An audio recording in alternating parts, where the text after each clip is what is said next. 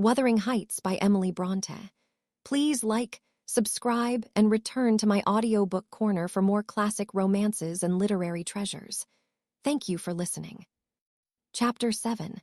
Cathy stayed at Thrushcross Grange 5 weeks, till Christmas.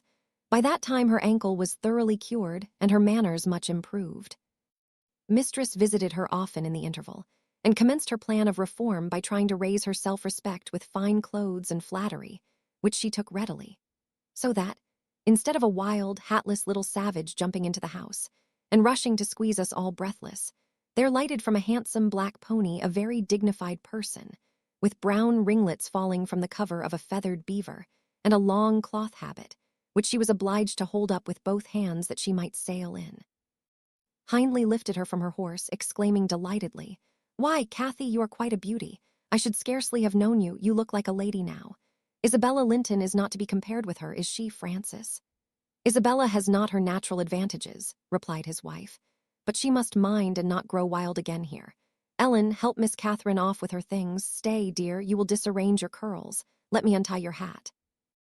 I removed the habit, and there shone forth beneath a grand plaid silk frock, white trousers, and burnished shoes, and while her eyes sparkled joyfully when the dogs came bounding up to welcome her, she dared hardly touch them lest they should fawn upon her splendid garments. She kissed me gently. I was all flour making the Christmas cake, and it would not have done to give me a hug, and then she looked round for Heathcliff.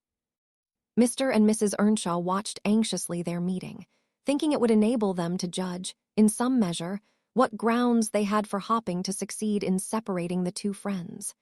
Heathcliff was hard to discover at first.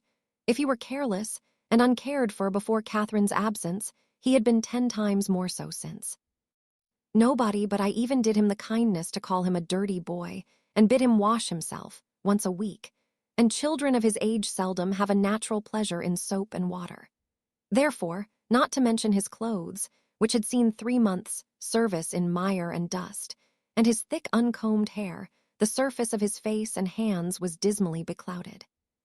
He might well skulk behind the settle, on beholding such a bright, graceful damsel enter the house, instead of a rough-headed counterpart of himself, as he expected. "Is Heathcliff not here?" she demanded, pulling off her gloves, and displaying fingers wonderfully whitened with doing nothing and staying indoors. "Heathcliff, you may come forward," cried Mr. Hindley, enjoying his discomfiture and gratified to see what a forbidding young blackguard he would be compelled to present himself. "You may come and wish Miss Catherine welcome, like the other servants." Cathy, catching a glimpse of her friend in his concealment, flew to embrace him. She bestowed 7 or 8 kisses on his cheek within the second, and then stopped, and drawing back, burst into a laugh, exclaiming, "Why, how very black and cross you look, and how funny and grim. But that's because I'm used to Edgar and Isabella Linton. Well, Heathcliff, have you forgot me?" She had some reason to put the question, for shame and pride threw double gloom over his countenance, and kept him immovable. "Shake hands, Heathcliff," said Mr. Earnshaw condescendingly. "Once in a way that is permitted." "I shall not," replied the boy, finding his tongue at last. "I shall not stand to be laughed at. I shall not bear it."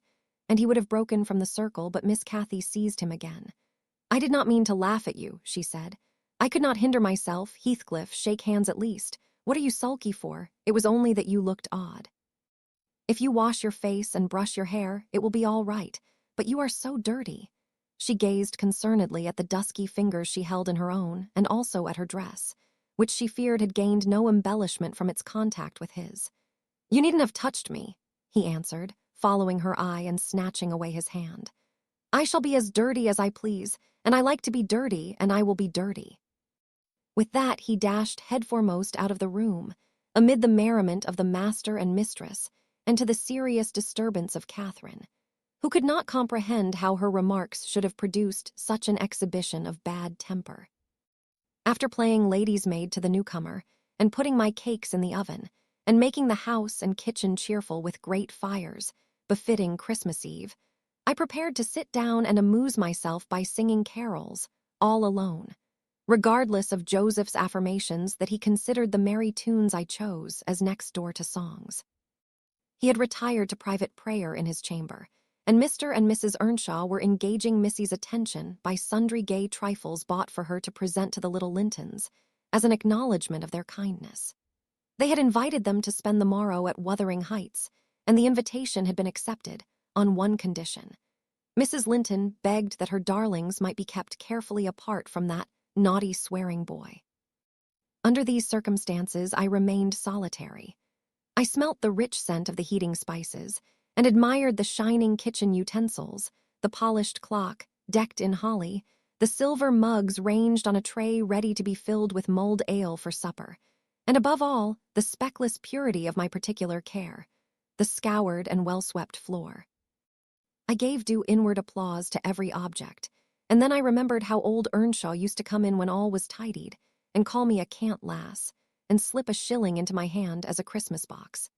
And from that, I went on to think of his fondness for Heathcliff, and his dread lest he should suffer neglect after death had removed him. And that naturally led me to consider the poor lad's situation now, and from singing I changed my mind to crying. It struck me soon, however, there would be more sense in endeavoring to repair some of his wrongs than shedding tears over them. I got up and walked into the court to seek him. He was not far. I found him smoothing the glossy coat of the new pony in the stable and feeding the other beasts according to custom. "Make haste, Heathcliff," I said. "The kitchen is so comfortable, and Joseph is upstairs. Make haste, and let me dress you smart before Miss Cathy comes out, and then you can sit together with the whole hearth to yourselves and have a long chatter till bedtime." He proceeded with his task and never turned his head towards me. "Come, are you coming?" I continued. "There's a little cake for each of you, nearly enough, and you'll need half an hour," dawning. I waited 5 minutes, but getting no answer left him. Catherine supped with her brother and sister-in-law. Joseph and I joined at an unsociable meal, seasoned with reproofs on one side and sauciness on the other. His cake and cheese remained on the table all night for the fairies. He managed to continue work till 9 o'clock, and then marched dumb and dour to his chamber. Cathy sat up late, having a world of things to order for the reception of her new friends. She came into the kitchen once to speak to her old one, but he was gone, and she only stayed to ask what was the matter with him, and then went back. In the morning he rose early, and, as it was a holiday, carried his ill humor on to the moors, not reappearing till the family were departed for church. Fasting and reflection seemed to have brought him to a better spirit. He hung about me for a while, and having screwed up his courage, exclaimed abruptly, "Nellie, make me decent, I'm going to be good." "High time, Heathcliff," I said. "You have grieved Catherine. She's sorry she ever came home, I dare say. It looks as if you envied her because she is more thought of than you." The notion of envying Catherine was incomprehensible to him, but the notion of grieving her he understood clearly enough. "Did she say she was grieved?" he inquired, looking very serious. "She cried when I told her you were off again this morning." "Well, I cried last night," he returned, "and I had more reason to cry than she." "Yes, you had the reason of going to bed with a proud heart and an empty stomach," said I. "Proud people breed sad sorrows for themselves. But if you be ashamed of your touchiness, you must ask pardon, mind, when she comes in. You must go up and offer to kiss her and say, 'You know best what to say, only do it heartily, and not as if you thought her converted into a stranger by her grand dress.' And now, though I have dinner to get ready, I'll steal time to arrange you so that Edgar Linton shall look quite a doll beside you, and that he does. You are younger. And yet, I'll be bound, you're taller and twice as broad across the shoulders. You could knock him down in a twinkling. Don't you feel that you could?" Heathcliff's face brightened a moment. Then it was overcast afresh, and he sighed. "But, Nellie, if I knocked him down 20 times, that wouldn't make him less handsome or me more so. I wish I had light hair and a fair skin, and was dressed and behaved as well, and had a chance of being as rich as he will be." "And cried for mamma at every turn," I added, "and trembled if a country lad heaved his fist against you, and sat at home all day for a shower of rain. Oh, Heathcliff, you are showing a poor spirit. Come to the glass, and I'll let you see what you should wish. Do you mark those 2 lines between your eyes, and those thick brows that, instead of rising arched, sink in the middle, and that couple of black fiends so deeply buried, who never open their windows boldly, but lurk glinting under them like devil's spies? Wish and learn to smooth away the surly wrinkles, to raise your lids frankly, and change the fiends to confident, innocent angels, suspecting and doubting nothing, and always seeing friends where they are not sure of foes. Don't get the expression of a vicious cur that appears to know the kicks it gets are its desert, and yet hates all the world, as well as the kicker, for what it suffers. In other words, I must wish for Edgar Linton's great blue eyes and even forehead, he replied. I do, and that won't help me to them. A good heart will help you to a bonny face, my lad, I continued. If you were a regular black, and a bad one will turn the bonniest into something worse than ugly. And now that we've done washing, and combing and sulking, tell me whether you don't think yourself rather handsome. I'll tell you I do. You're fit for a prince in disguise. Who knows but your father was Emperor of China, and your mother an Indian queen, each of them able to buy up, with 1 week's income, Wuthering Heights and Thrushcross Grange together. And you were kidnapped by wicked sailors and brought to England. Were I in your place, I would frame high notions of my birth, and the thoughts of what I was should give me courage and dignity to support the oppressions of a little farmer. So I chattered on, and Heathcliff gradually lost his frown and began to look quite pleasant, when all at once our conversation was interrupted by a rumbling sound moving up the road and entering the court. He ran to the window and I to the door, just in time to behold the 2 Lintons descend from the family carriage, smothered in cloaks and furs, and the Earnshaws dismount from their horses.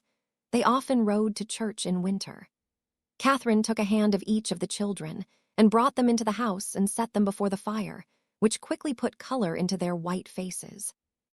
I urged my companion to hasten now and show his amiable humor, and he willingly obeyed. But ill luck would have it that, as he opened the door leading from the kitchen on one side, Hindley opened it on the other. They met, and the master, irritated at seeing him clean and cheerful, or perhaps eager to keep his promise to Mrs. Linton, shoved him back with a sudden thrust, and angrily bade Joseph, keep the fellow out of the room, send him into the garret till dinner is over. He'll be cramming his fingers in the tarts and stealing the fruit if left alone with them a minute. Nay, sir, I could not avoid answering. He'll touch nothing, not he, and I suppose he must have his share of the dainties as well as we. He shall have his share of my hand if I catch him downstairs till dark, cried Hindley. Begone, you vagabond! What, you are attempting the coxcomb, are you?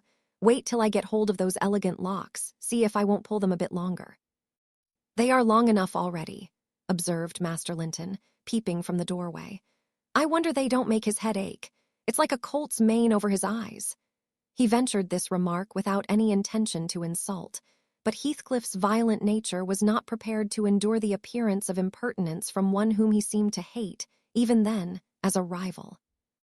He seized a tureen of hot apple sauce, the first thing that came under his gripe, and dashed it full against the speaker's face and neck, who instantly commenced a lament that brought Isabella and Catherine hurrying to the place.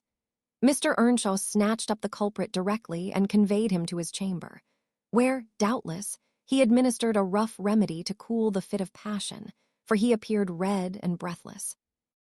I got the dishcloth and rather spitefully scrubbed Edgar's nose and mouth, affirming it served him right for meddling. His sister began weeping to go home, and Cathy stood by confounded, blushing for all. You should not have spoken to him, she expostulated with Master Linton. He was in a bad temper, and now you've spoilt your visit, and he'll be flogged. I hate him to be flogged. I can't eat my dinner. Why did you speak to him, Edgar? I didn't, sobbed the youth, escaping from my hands and finishing the remainder of the purification with his cambric pocket handkerchief. I promised Mamma that I wouldn't say one word to him, and I didn't. Well, don't cry, replied Catherine contemptuously. You're not killed. Don't make more mischief, my brother is coming, be quiet. Hush, Isabella, has anybody hurt you? There, children, to your seats, cried Hindley, bustling in. That brute of a lad has warmed me nicely. Next time, Master Edgar, take the law into your own fists. It will give you an appetite. The little party recovered its equanimity at sight of the fragrant feast. They were hungry after their ride, and easily consoled, since no real harm had befallen them. Mr. Earnshaw carved bountiful platefuls, and the mistress made them merry with lively talk. I waited behind her chair, and was pained to behold Catherine, with dry eyes and an indifferent air, commence cutting up the wing of a goose before her. An unfeeling child, I thought to myself. How lightly she dismisses her old playmate's troubles. I could not have imagined her to be so selfish.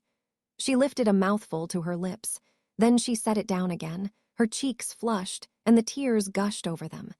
She slipped her fork to the floor and hastily dived under the cloth to conceal her emotion. I did not call her unfeeling long, for I perceived she was in purgatory throughout the day, and wearying to find an opportunity of getting by herself or paying a visit to Heathcliff, who had been locked up by the master, as I discovered on endeavoring to introduce to him a private mess of victuals. In the evening we had a dance. Cathy begged that he might be liberated then, as Isabella Linton had no partner. Her entreaties were vain, and I was appointed to supply the deficiency. We got rid of all gloom in the excitement of the exercise, and our pleasure was increased by the arrival of the Gimmerton band, mustering 15 strong, a trumpet, a trombone, clarionets, bassoons, French horns, and a bass viol besides singers. They go the rounds of all the respectable houses and receive contributions every Christmas, and we esteemed it a first-rate treat to hear them. After the usual carols had been sung, we set them to songs and glees. Mrs. Earnshaw loved the music, and so they gave us plenty. Catherine loved it too, but she said it sounded sweetest at the top of the steps, and she went up in the dark. I followed. They shut the house door below, never noting our absence, it was so full of people. She made no stay at the stairs' head, but mounted farther to the garret where Heathcliff was confined, and called him. He stubbornly declined answering for a while. She persevered, and finally persuaded him to hold communion with her through the boards. I let the poor things converse unmolested, till I supposed the songs were going to cease, and the singers to get some refreshment. Then I clambered up the ladder to warn her. Instead of finding her outside, I heard her voice within. The little monkey had crept by the skylight of one garret, along the roof, into the skylight of the other, and it was with the utmost difficulty I could coax her out again. When she did come, Heathcliff came with her, and she insisted that I should take him into the kitchen, as my fellow servant had gone to a neighbor's, to be removed from the sound of our devil's psalmody, as it pleased him to call it.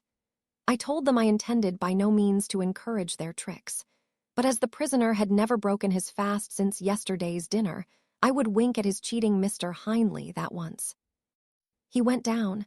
I set him a stool by the fire and offered him a quantity of good things, but he was sick and could eat little, and my attempts to entertain him were thrown away. He leant his 2 elbows on his knees and his chin on his hands, and remained wrapped in dumb meditation. On my inquiring the subject of his thoughts, he answered gravely, "I'm trying to settle how I shall pay Hindley back. I don't care how long I wait if I can only do it at last. I hope he will not die before I do." "For shame, Heathcliff," said I. "It is for God to punish wicked people. We should learn to forgive." "No, God won't have the satisfaction that I shall," he returned. "I only wish I knew the best way. Let me alone and I'll plan it out. While I'm thinking of that, I don't feel pain." "But Mr. Lockwood, I forget these tales cannot divert you. I'm annoyed how I should dream of chattering on at such a rate, and your gruel cold and you nodding for bed. I could have told Heathcliff's history, all that you need hear, in 6 words." Thus interrupting herself, the housekeeper rose and proceeded to lay aside her sewing, but I felt incapable of moving from the hearth, and I was very far from nodding. "Sit still, Mrs. Dean," I cried. "Do sit still another half-hour."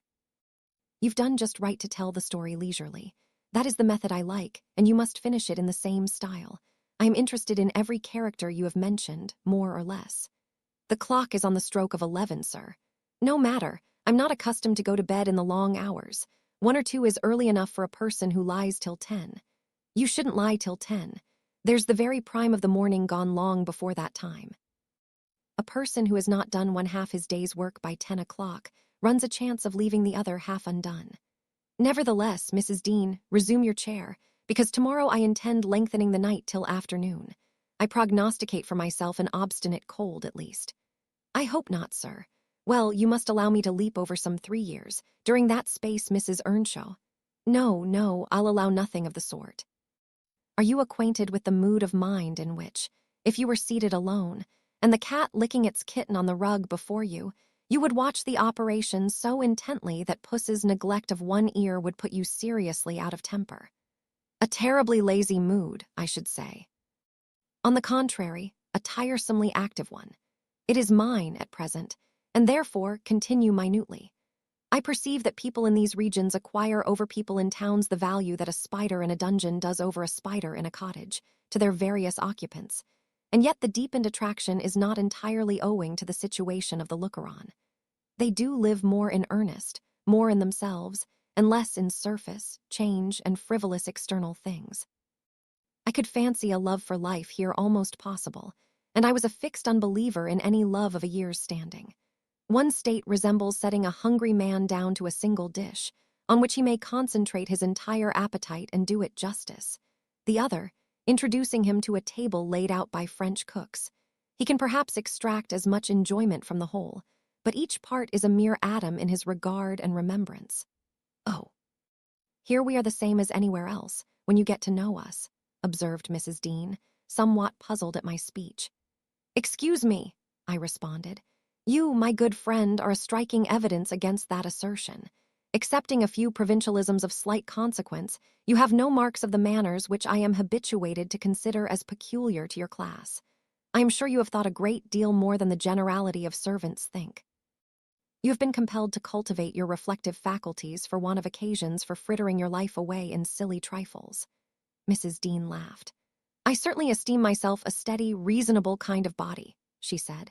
Not exactly from living among the hills and seeing one set of faces and one series of actions from year's end to year's end. But I have undergone sharp discipline, which has taught me wisdom. And then, I have read more than you would fancy, Mr. Lockwood. You could not open a book in this library that I have not looked into and got something out of also, unless it be that range of Greek and Latin and that of French, and those I know one from another. It is as much as you can expect of a poor man's daughter. However, if I am to follow my story in true gossip's fashion, I had better go on, and instead of leaping 3 years, I will be content to pass to the next summer, the summer of 1778, that is nearly 23 years ago. Chapter 8. On the morning of a fine June day, my first bonny little nursling, and the last of the ancient Earnshaw stock, was born. We were busy with the hay in a faraway field, when the girl that usually brought our breakfasts came running an hour too soon across the meadow and up the lane, calling me as she ran. Oh, such a grand bairn, she panted out. The finest lad that ever breathed, but the doctor says Missus must go. He says she's been in a consumption these many months. I heard him tell Mr. Hindley, and now she has nothing to keep her and she'll be dead before winter. You must come home directly. You're to nurse it, Nellie, to feed it with sugar and milk and take care of it day and night.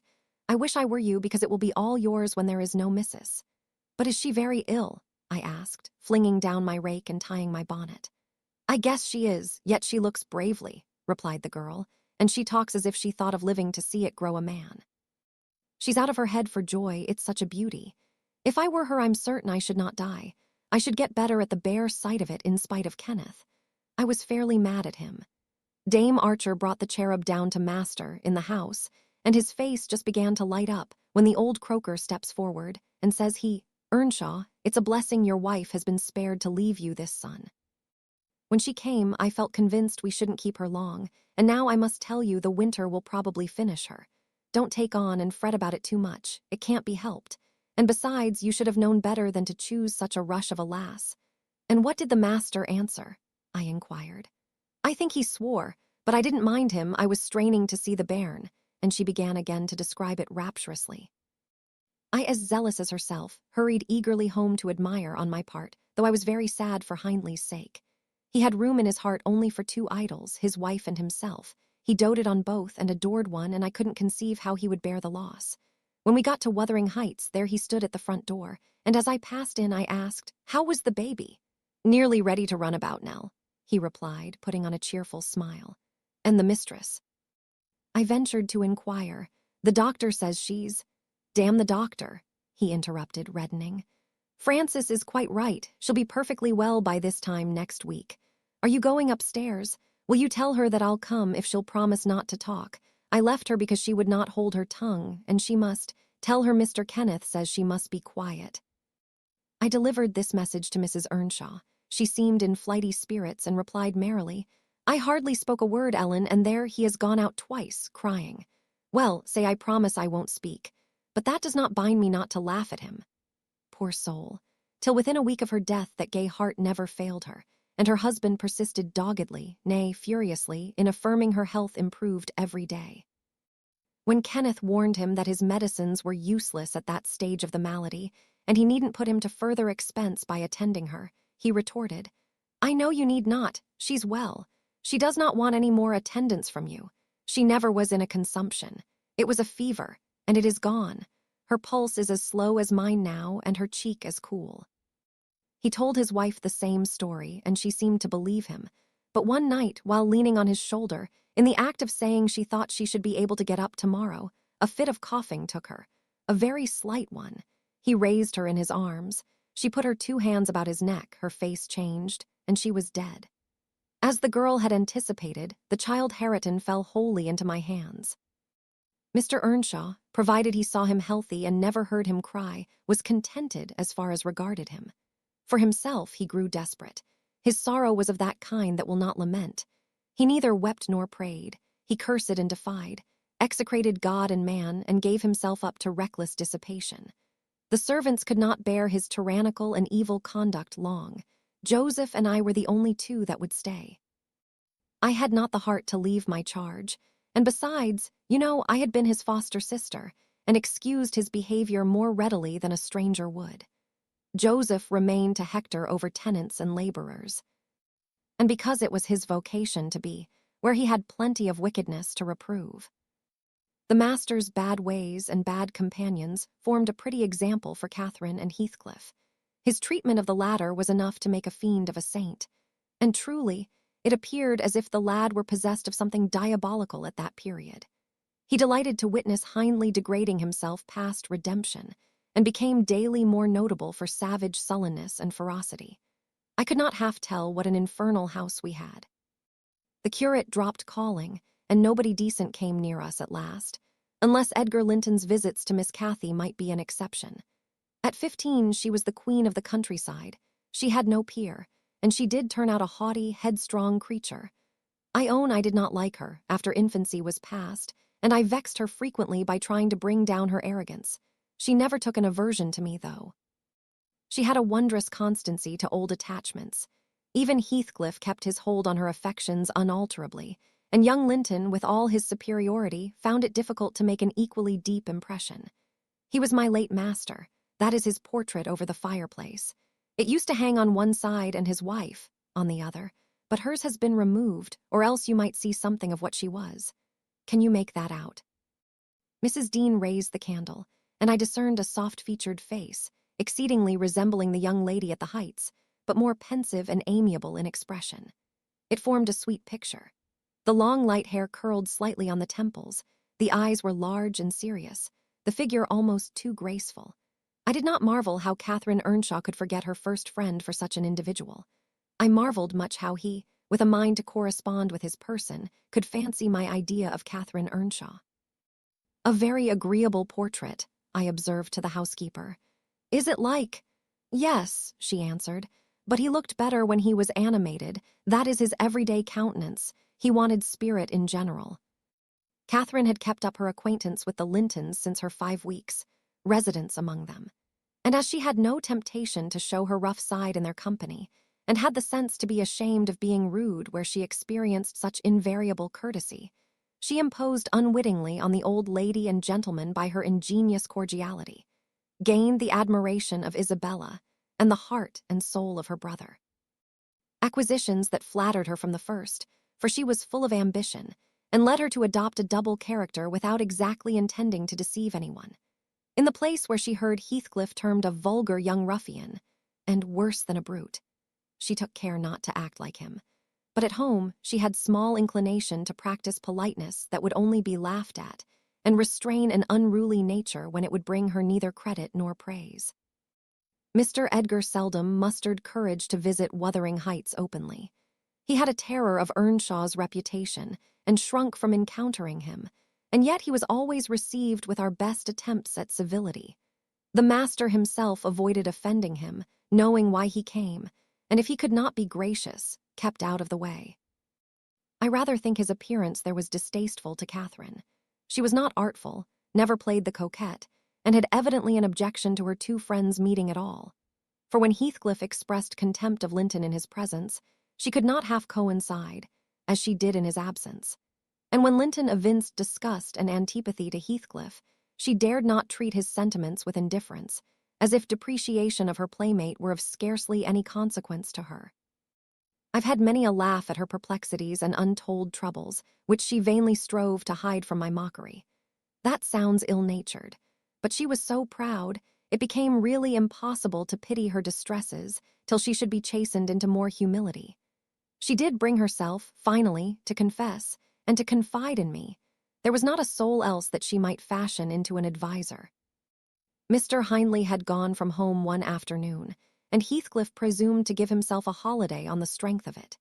He had reached the age of 16 then, I think, and without having bad features or being deficient in intellect, he contrived to convey an impression of inward and outward repulsiveness that his present aspect retains no traces of.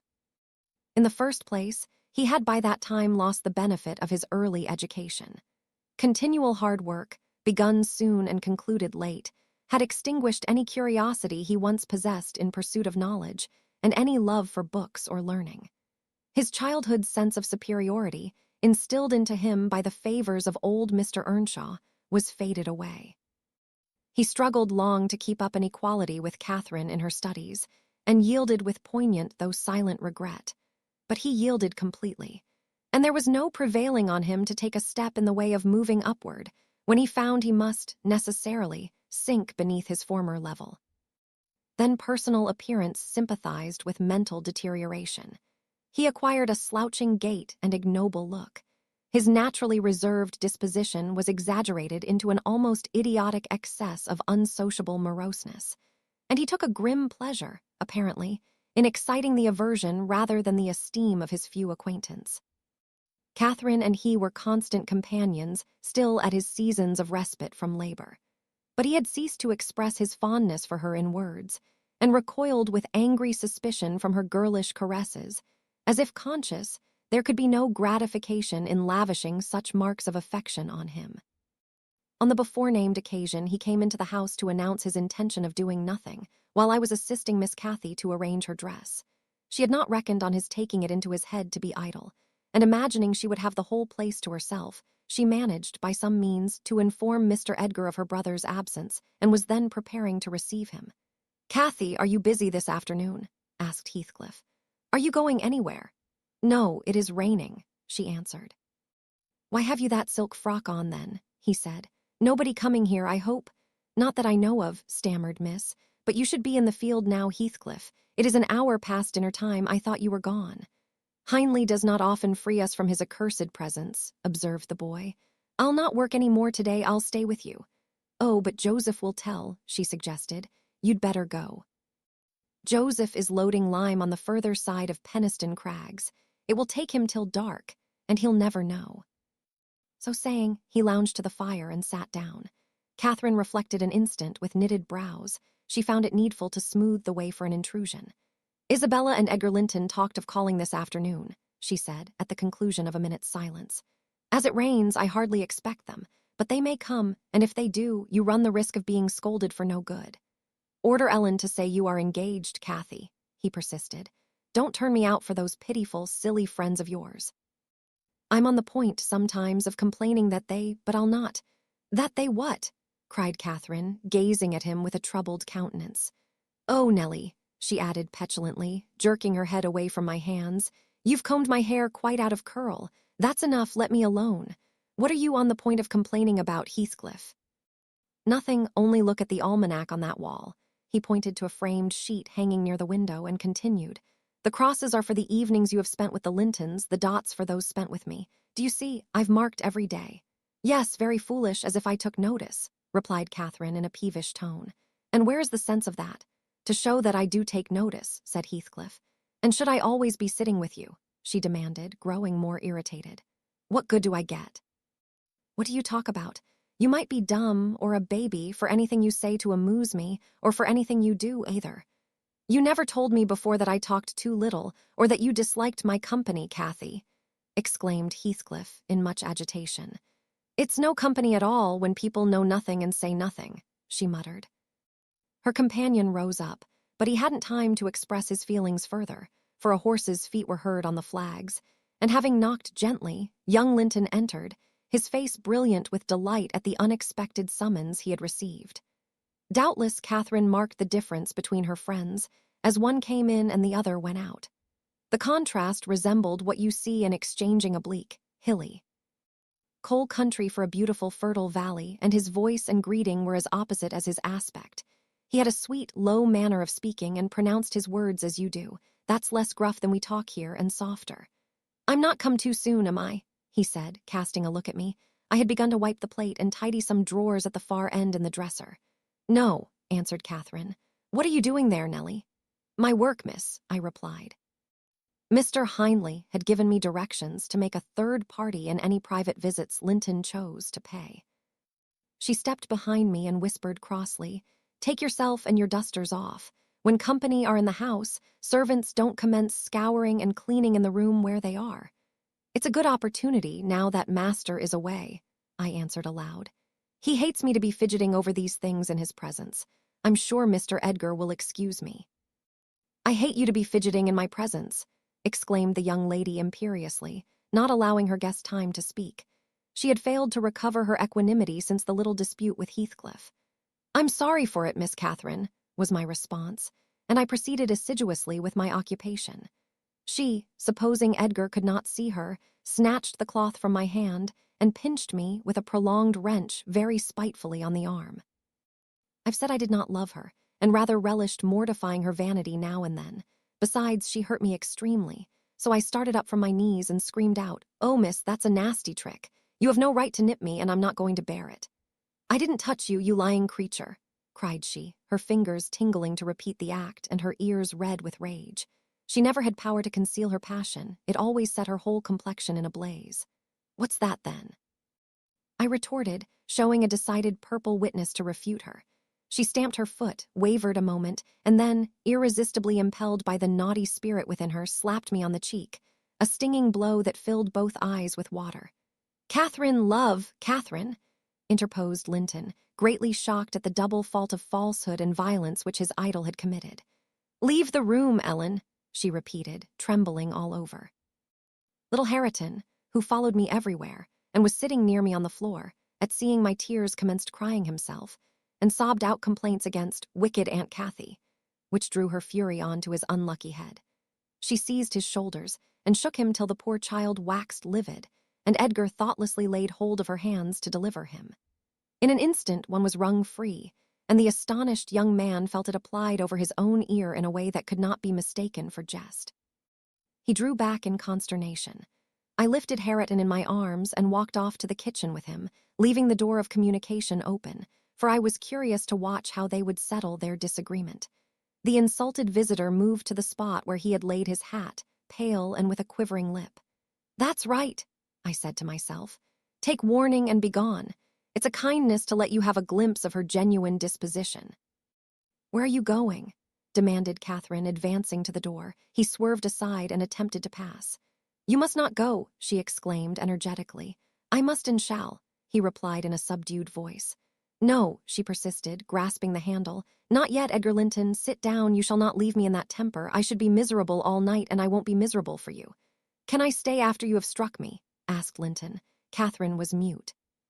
"You've made me afraid and ashamed of you," he continued. "I'll not come here again." Her eyes began to glisten and her lids to twinkle. "And you told a deliberate untruth," he said. "I didn't," she cried, recovering her speech. "I did nothing deliberately. Well, go, if you please, get away. And now I'll cry myself sick." She dropped down on her knees by a chair and set to weeping in serious earnest. Edgar persevered in his resolution as far as the court. There he lingered. I resolved to encourage him. "Miss is dreadfully wayward, sir," I called out. "As bad as any marred child. You'd better be riding home, or else she will be sick, only to grieve us." The soft thing looked askance through the window. He possessed the power to depart as much as a cat possesses the power to leave a mouse half killed or a bird half eaten. Ah, I thought, there will be no saving him. He's doomed and flies to his fate. And so it was.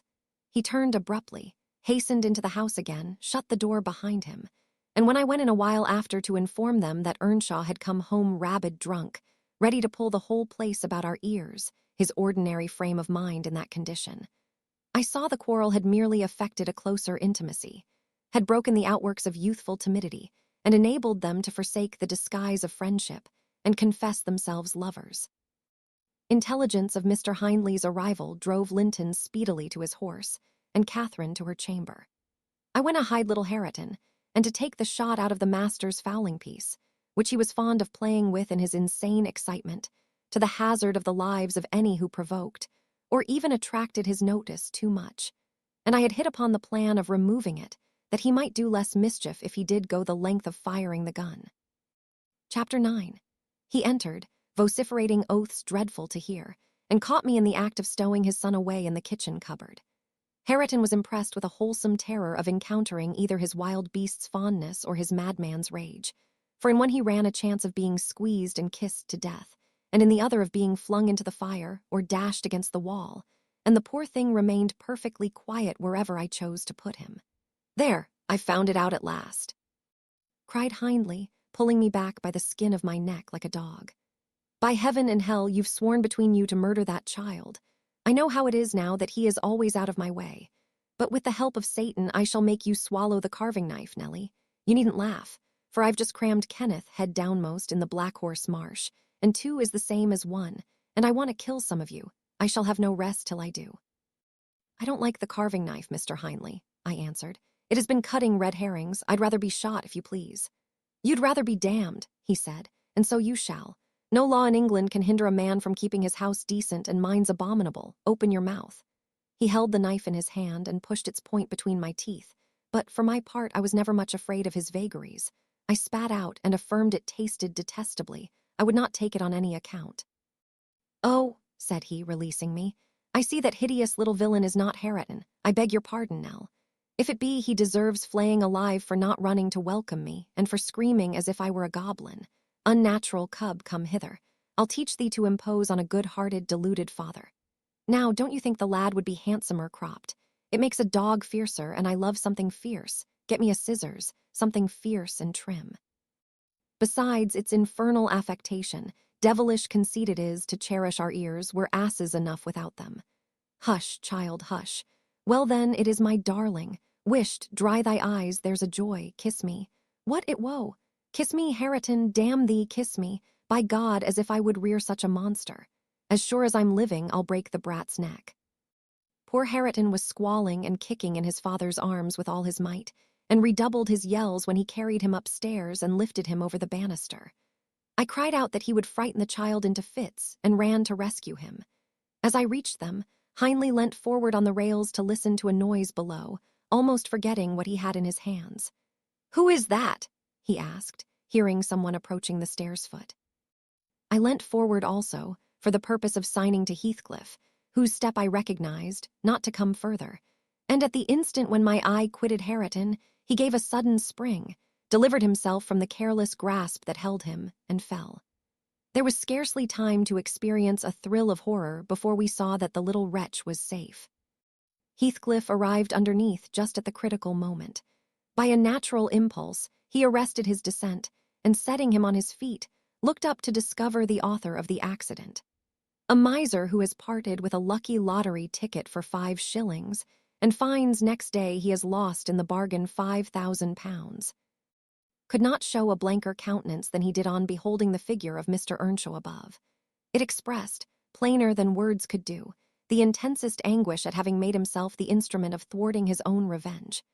Had it been dark, I dare say he would have tried to remedy the mistake by smashing Hareton's skull on the steps, but we witnessed his salvation, and I was presently below with my precious charge pressed to my heart. Hindley descended more leisurely, sobered and abashed. "It is your fault, Ellen," he said. "You should have kept him out of sight. You should have taken him from me. Is he injured anywhere?" "Injured?" I cried angrily. "If he is not killed, he'll be an idiot. Oh, I wonder his mother does not rise from her grave to see how you use him. You're worse than a heathen, treating your own flesh and blood in that manner." He attempted to touch the child, who, on finding himself with me, sobbed off his terror directly. At the first finger his father laid on him, however, he shrieked again louder than before and struggled as if he would go into convulsions. "You shall not meddle with him," I continued. "He hates you, they all hate you, that's the truth. A happy family you have, and a pretty state you're come to." "I shall come to prettier yet, Nellie," laughed the misguided man, recovering his hardness. "At present, convey yourself and him away, and hark you, Heathcliff, clear you two quite from my reach and hearing. I wouldn't murder you tonight, unless perhaps I set the house on fire, but that's as my fancy goes." While saying this, he took a pint bottle of brandy from the dresser and poured some into a tumbler. Nay, don't, I entreated. Mr. Hindley, do take warning. Have mercy on this unfortunate boy if you care nothing for yourself. Anyone will do better for him than I shall, he answered. Have mercy on your own soul, I said, endeavoring to snatch the glass from his hand. Not I. On the contrary, I shall have great pleasure in sending it to perdition to punish its maker, exclaimed the blasphemer. Here, to its hearty damnation. He drank the spirits and impatiently bade us go, terminating his command with a sequel of horrid imprecations too bad to repeat or remember. It's a pity he cannot kill himself with drink, observed Heathcliff, muttering an echo of curses back when the door was shut. He's doing his very utmost, but his constitution defies him. Mr. Kenneth says he would wager his mare that he'll outlive any man on this side Gimmerton, and go to the grave a hoary sinner, unless some happy chance out of the common course befall him. I went into the kitchen, and sat down to lull my little lamb to sleep. Heathcliff, as I thought, walked through to the barn. It turned out afterwards that he only got as far as the other side the settle, when he flung himself on a bench by the wall, removed from the fire, and remained silent. I was rocking Hareton on my knee and humming a song that began. It was far in the night, and the bairnies grat. Mither beneath the mools heard that, when Miss Cathy, who had listened to the hubbub from her room, put her head in and whispered, "Are you alone, Nellie?"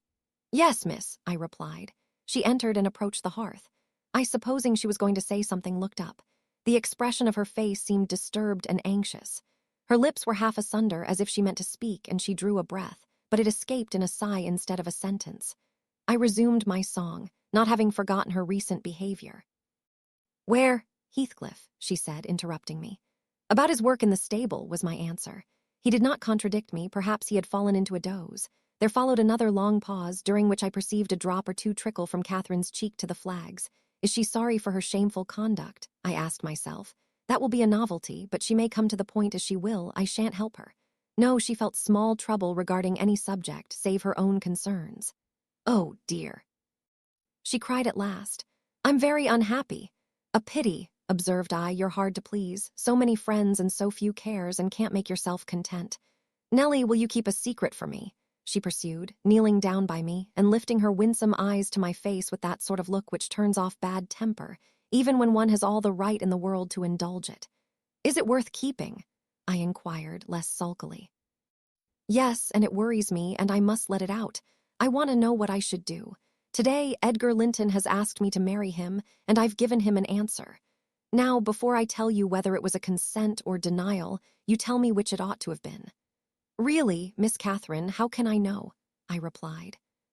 "To be sure, considering the exhibition you performed in his presence this afternoon, I might say it would be wise to refuse him. Since he asked you after that, he must either be hopelessly stupid or a venturesome fool." "If you talk so, I won't tell you any more," she returned, peevishly rising to her feet. "I accepted him, Nellie. Be quick and say whether I was wrong." "You accepted him. Then what good is it discussing the matter? You have pledged your word and cannot retract." "But say whether I should have done so, do," she exclaimed in an irritated tone, chafing her hands together and frowning. "There are many things to be considered before that question can be answered properly," I said sententiously. "First and foremost, do you love Mr. Edgar?" "Who can help it? Of course I do," she answered. Then I put her through the following catechism. For a girl of 22, it was not injudicious. "Why do you love him, Miss Cathy?" "Nonsense, I do, that's sufficient." "By no means, you must say why." "Well, because he is handsome and pleasant to be with." "Bad," was my commentary. "And because he is young and cheerful." "Bad still. And because he loves me." "Indifferent, coming there. And he will be rich, and I shall like to be the greatest woman of the neighborhood, and I shall be proud of having such a husband." "Worst of all, and now say how you love him." "As everybody loves, you're silly, Nellie." "Not at all, answer." "I love the ground under his feet and the air over his head and everything he touches and every word he says. I love all his looks and all his actions and him entirely and altogether. There now. And why? Nay, you are making a jest of it. It is exceedingly ill-natured. It's no jest to me," said the young lady, scowling and turning her face to the fire. "I'm very far from jesting, Miss Catherine," I replied. "You love Mr. Edgar because he is handsome and young and cheerful and rich and loves you. The last, however, goes for nothing. You would love him without that, probably, and with it you wouldn't unless he possessed the 4 former attractions." "No, to be sure not. I should only pity him, hate him perhaps if he were ugly and a clown. But there are several other handsome, rich young men in the world, handsomer, possibly, and richer than he is. What should hinder you from loving them? If there be any, they are out of my way. I've seen none like Edgar. You may see some, and he won't always be handsome and young and may not always be rich. He is now, and I have only to do with the present. I wish you would speak rationally. Well, that settles it. If you have only to do with the present, marry Mr. Linton. I don't want your permission for that. I shall marry him, and yet you have not told me whether I'm right. Perfectly right, if people be right to marry only for the present. And now let us hear what you are unhappy about. Your brother will be pleased. The old lady and gentleman will not object, I think. You will escape from a disorderly, comfortless home into a wealthy, respectable one, and you love Edgar, and Edgar loves you. All seems smooth and easy. Where's the obstacle? Here, and here, replied Catherine, striking one hand on her forehead and the other on her breast. In whichever place the soul lives. In my soul and in my heart, I'm convinced I'm wrong. That's very strange. I cannot make it out. It's my secret, but if you will not mock at me, I'll explain it. I can't do it distinctly, but I'll give you a feeling of how I feel. She seated herself by me again. Her countenance grew sadder and graver, and her clasped hands trembled.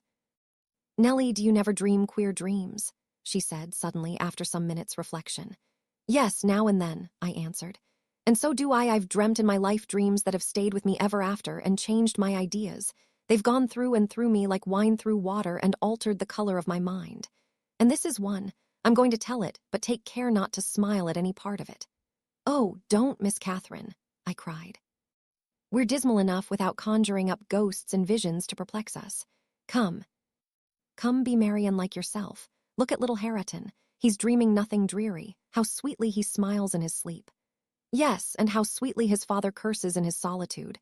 You remember him, I dare say, when he was just such another as that chubby thing, nearly as young and innocent. However, Nellie, I shall oblige you to listen. It's not long, and I've no power to be merry tonight. I won't hear it, I repeated hastily. I was superstitious about dreams then, and am still, and Catherine had an unusual gloom in her aspect that made me dread something from which I might shape a prophecy and foresee a fearful catastrophe. She was vexed, but she did not proceed. Apparently taking up another subject, she recommenced in a short time. If I were in heaven, Nellie, I should be extremely miserable. Because you are not fit to go there, I answered. All sinners would be miserable in heaven. But it is not for that. I dreamt once that I was there. I tell you I won't hearken to your dreams, Miss Catherine. I'll go to bed, I interrupted again. She laughed and held me down, for I made a motion to leave my chair. This is nothing, cried she. I was only going to say that heaven did not seem to be my home, and I broke my heart with weeping to come back to earth, and the angels were so angry that they flung me out into the middle of the heath on the top of Wuthering Heights, where I woke sobbing for joy. That will do to explain my secret, as well as the other. I've no more business to marry Edgar Linton than I have to be in heaven, and if the wicked man in there had not brought Heathcliff so low, I shouldn't have thought of it. It would degrade me to marry Heathcliff now, so he shall never know how I love him, and that, not because he's handsome, Nellie, but because he's more myself than I am. Whatever our souls are made of, his and mine are the same, and Linton is as different as a moonbeam from lightning or frost from fire. Ere this speech ended, I became sensible of Heathcliff's presence. Having noticed a slight movement, I turned my head and saw him rise from the bench and steal out noiselessly. He had listened till he heard Catherine say it would degrade her to marry him, and then he stayed to hear no further. My companion, sitting on the ground, was prevented by the back of the settle from remarking his presence or departure, but I started and bade her hush. Why? She asked, gazing nervously round. Joseph is here, I answered, catching opportunely the roll of his cartwheels up the road. And Heathcliff will come in with him. I'm not sure whether he were not at the door this moment. Oh, he couldn't overhear me at the door, said she. Give me Hareton while you get the supper, and when it is ready ask me to sup with you. I want to cheat my uncomfortable conscience and be convinced that Heathcliff has no notion of these things. He has not, has he? He does not know what being in love is. I see no reason that he should not know as well as you, I returned. And if you are his choice, he'll be the most unfortunate creature that ever was born. As soon as you become Mrs. Linton, he loses friend and love and all.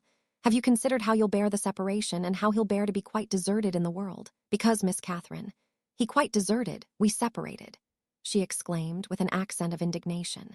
Who is to separate us, pray? They'll meet the fate of Milo. Not as long as I live, Ellen, for no mortal creature. Every Linton on the face of the earth might melt into nothing before I could consent to forsake Heathcliff. Oh, that's not what I intend. That's not what I mean.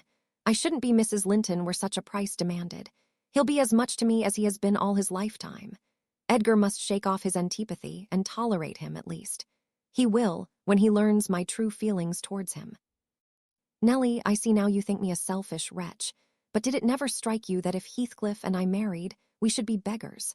Whereas, if I marry Linton, I can aid Heathcliff to rise and place him out of my brother's power. With your husband's money, Miss Catherine, I asked.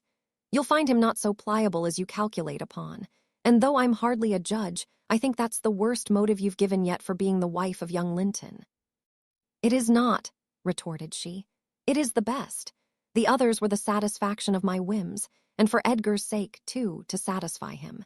This is for the sake of one who comprehends in his person my feelings to Edgar and myself.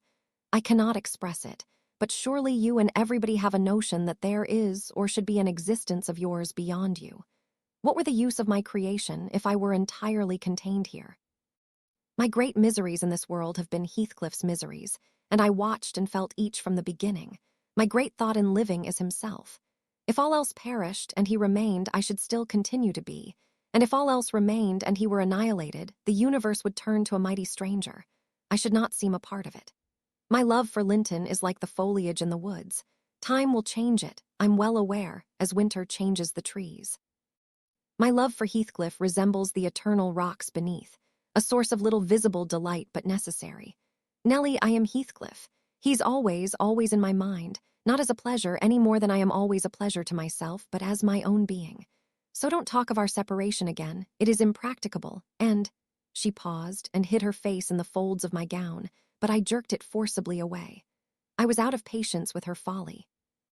If I can make any sense of your nonsense, miss, I said, it only goes to convince me that you are ignorant of the duties you undertake in marrying, or else that you are a wicked, unprincipled girl. But trouble me with no more secrets. I'll not promise to keep them. You'll keep that? She asked, eagerly. No, I'll not promise, I repeated. She was about to insist, when the entrance of Joseph finished our conversation, and Catherine removed her seat to a corner and nursed Hareton, while I made the supper. After it was cooked, my fellow servant and I began to quarrel who should carry some to Mr. Hindley, and we didn't settle it till all was nearly cold. Then we came to the agreement that we would let him ask, if he wanted any, for we feared particularly to go into his presence when he had been some time alone. And how isn't that Nout comed and fro Th Field be this time? What is he about? Girt idle seat, demanded the old man, looking round for Heathcliff. I'll call him, I replied. He's in the barn, I've no doubt. I went and called, but got no answer. On returning, I whispered to Catherine that he had heard a good part of what she said, I was sure, and told how I saw him quit the kitchen just as she complained of her brother's conduct regarding him. She jumped up in a fine fright, flung Hareton onto the settle, and ran to seek for her friend herself, not taking leisure to consider why she was so flurried, or how her talk would have affected him. She was absent such a while that Joseph proposed we should wait no longer. He cunningly conjectured they were staying away in order to avoid hearing his protracted blessing. They were ill enug for Ani Fall manners, he affirmed. And on their behalf, he added that night a special prayer to the usual quarter of an hour's supplication before meat, and would have tacked another to the end of the grace, had not his young mistress broken in upon him with a hurried command that he must run down the road, and wherever Heathcliff had rambled, find and make him re-enter directly. I want to speak to him, and I must before I go upstairs, she said. And the gate is open. He is somewhere out of hearing, for he would not reply, though I shouted at the top of the fold as loud as I could. Joseph objected at first. She was too much in earnest, however, to suffer contradiction, and at last he placed his hat on his head and walked grumbling forth.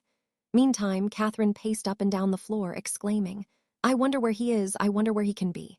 What did I say, Nellie? I've forgotten. Was he vexed at my bad humor this afternoon? Dear. Tell me what I've said to grieve him. I do wish he'd come, I do wish he would. What a noise for nothing, I cried, though rather uneasy myself. What a trifle scares you. It's surely no great cause of alarm that Heathcliff should take a moonlight saunter on the moors, or even lie too sulky to speak to us in the hayloft. I'll engage he's lurking there. See if I don't ferret him out. I departed to renew my search. its result was disappointment, and Joseph's quest ended in the same. "Yon lad gets war and war," observed he on re-entering. "He's left, gate at tea, full swing, and Mrs. Pony has trodden down 2 rigs o' corn and plottered through. Rate ower into tea meadow, Hossumdiver, tea maester, I'll play tea devil to morn, and he'll do weel. He's patience itseln why sich careless, awful craters, patience itseln he is. But he'll not be so a lose, ya's see all on ye, ya mun't drive him out of his head for nowt." "Have you found Heathcliff, you ass?" interrupted Catherine. "Have you been looking for him as I ordered?" "I sud more liquor look for horse," he replied. "It you'd be to more sense. But I can look for norther horse ner man of a neat like this, as black as tea, chimbly. Und Heathcliff's known tea, chap to coom at my whistle. Happen he'll be less hard-o, hearing why. Ye." It was a very dark evening for summer. The clouds appeared inclined to thunder, and I said we had better all sit down. The approaching rain would be certain to bring him home without further trouble. However, Catherine would not be persuaded into tranquility. She kept wandering to and fro, from the gate to the door, in a state of agitation which permitted no repose, and at length took up a permanent situation on one side of the wall, near the road, where, heedless of my expostulations and the growling thunder and the great drops that began to plash around her, she remained, calling at intervals, and then listening, and then crying outright. She beat Hareton, or any child, at a good passionate fit of crying. About midnight, while we still sat up, the storm came rattling over the heights in full fury. There was a violent wind, as well as thunder, and either one or the other split a tree off at the corner of the building. A huge bough fell across the roof and knocked down a portion of the east chimney stack, sending a clatter of stones and soot into the kitchen fire. We thought a bolt had fallen in the middle of us, and Joseph swung on to his knees, beseeching the Lord to remember the patriarchs Noah and Lot, and, as in former times, spare the righteous, though he smote the ungodly. I felt some sentiment that it must be a judgment on us also. The Jonah, in my mind, was Mr. Earnshaw, and I shook the handle of his den that I might ascertain if he were yet living. He replied audibly enough, in a fashion which made my companion vociferate, more clamorously than before, that a wide distinction might be drawn between saints like himself and sinners like his master. But the uproar passed away in 20 minutes, leaving us all unharmed, excepting Cathy, who got thoroughly drenched for her obstinacy in refusing to take shelter, and standing bonnetless and shawlless to catch as much water as she could with her hair and clothes. She came in and lay down on the settle, all soaked as she was, turning her face to the back and putting her hands before it. "Well, miss," I exclaimed, touching her shoulder, "you are not bent on getting your death, are you? Do you know what o'clock it is? 12:30. Come to bed. There's no use waiting any longer on that foolish boy. He'll be gone to Gimmerton, and he'll stay there now. He guesses we shouldn't wait for him till this late hour. At least he guesses that only Mr. Hindley would be up, and he'd rather avoid having the door opened by the master." Nay, he's known at Gimmerton," said Joseph. "I's niver wonder but he's at tea botham of a boghoil. This visitation warrant for nowt, and I wad hev ye to look out, miss, yama be tea next. Thank Hiven for all works together for good to them as is chosen, and piked out fro rubbage. Yana wet tea, scripture says." And he began quoting several texts, referring us to chapters and verses where we might find them. I, having vainly begged the wilful girl to rise and remove her wet things, left him preaching and her shivering, and betook myself to bed with little Hareton, who slept as fast as if everyone had been sleeping round him. I heard Joseph read on a while afterwards. Then I distinguished his slow step on the ladder, and then I dropped asleep. Coming down somewhat later than usual, I saw, by the sunbeams piercing the chinks of the shutters, Miss Catherine still seated near the fireplace. The house door was ajar, too. Light entered from its unclosed windows. Hindley had come out and stood on the kitchen hearth, haggard and drowsy. "What ails you, Cathy?" he was saying when I entered. "You look as dismal as a drowned whelp. Why are you so damp and pale, child?" "I've been wet," she answered reluctantly, "and I'm cold, that's all." "Oh, she is naughty," I cried, perceiving the master to be tolerably sober. "She got steeped in the shower of yesterday evening, and there she has sat the night through, and I couldn't prevail on her to stir." Mr. Earnshaw stared at us in surprise. "The night through," he repeated. "What kept her up? Not fear of the thunder, surely? That was over hours since." Neither of us wished to mention Heathcliff's absence, as long as we could conceal it. So I replied I didn't know how she took it into her head to sit up, and she said nothing. The morning was fresh and cool. I threw back the lattice, and presently the room filled with sweet scents from the garden. But Catherine called peevishly to me, "Ellen, shut the window. I'm starving." And her teeth chattered as she shrank closer to the almost extinguished embers. "She's ill," said Hindley, taking her wrist. "I suppose that's the reason she would not go to bed. Damn it, I don't want to be troubled with more sickness here. What took you into the rain?" "Running after tea, lads, as usual," croaked Joseph, catching an opportunity from our hesitation to thrust in his evil tongue. "If I wore ya, maester, I'd just slam tea, boards eye their faces all on 'em, gentle and simple. Never a day ut yar off, but yon Cato Linton comes sneaking hither, and Miss Nelly, shoe's a fine lass. Shoe sits watching for ye I tea kitchen, and as yar in at one door, he's out at t'other, and then where grand lady goes according of her side. It's bonny behaviour, lurking among tea fields after 12 tea night. Why, that fall, flaysome divil of a gypsy, Heathcliff. They think I'm blind, but I'm known, now dat tea sort. I seed young Linton both coming and going, and I seed ya, directing his discourse to me. Ya gooid fern out slatt'nly witch, nip up and bolt into th house tea minute ya heard tea maester's horsefit clatter up tea road." "Silence, eavesdropper," cried Catherine. "None of your insolence before me. Edgar Linton came yesterday by chance, Hindley, and it was I who told him to be off, because I knew you would not like to have met him as you were." "You lie, Cathy, no doubt," answered her brother, "and you are a confounded simpleton. But never mind Linton at present. Tell me, were you not with Heathcliff last night? Speak the truth now." "You need not be afraid of harming him. Though I hate him as much as ever, he did me a good turn a short time since that will make my conscience tender of breaking his neck. To prevent it, I shall send him about his business this very morning, and after he's gone, I'd advise you all to look sharp. I shall only have the more humour for you." "I never saw Heathcliff last night," answered Catherine, beginning to sob bitterly. "And if you do turn him out of doors, I'll go with him. But perhaps you'll never have an opportunity. Perhaps he's gone." Here she burst into uncontrollable grief, and the remainder of her words were inarticulate. Hindley lavished on her a torrent of scornful abuse, and bade her get to her room immediately, or she shouldn't cry for nothing. I obliged her to obey, and I shall never forget what a scene she acted when we reached her chamber. It terrified me. I thought she was going mad, and I begged Joseph to run for the doctor. It proved the commencement of delirium. Mr. Kenneth, as soon as he saw her, pronounced her dangerously ill. She had a fever. He bled her, and he told me to let her live on whey and water gruel, and take care she did not throw herself downstairs or out of the window. And then he left, for he had enough to do in the parish, where 2 or 3 miles was the ordinary distance between cottage and cottage.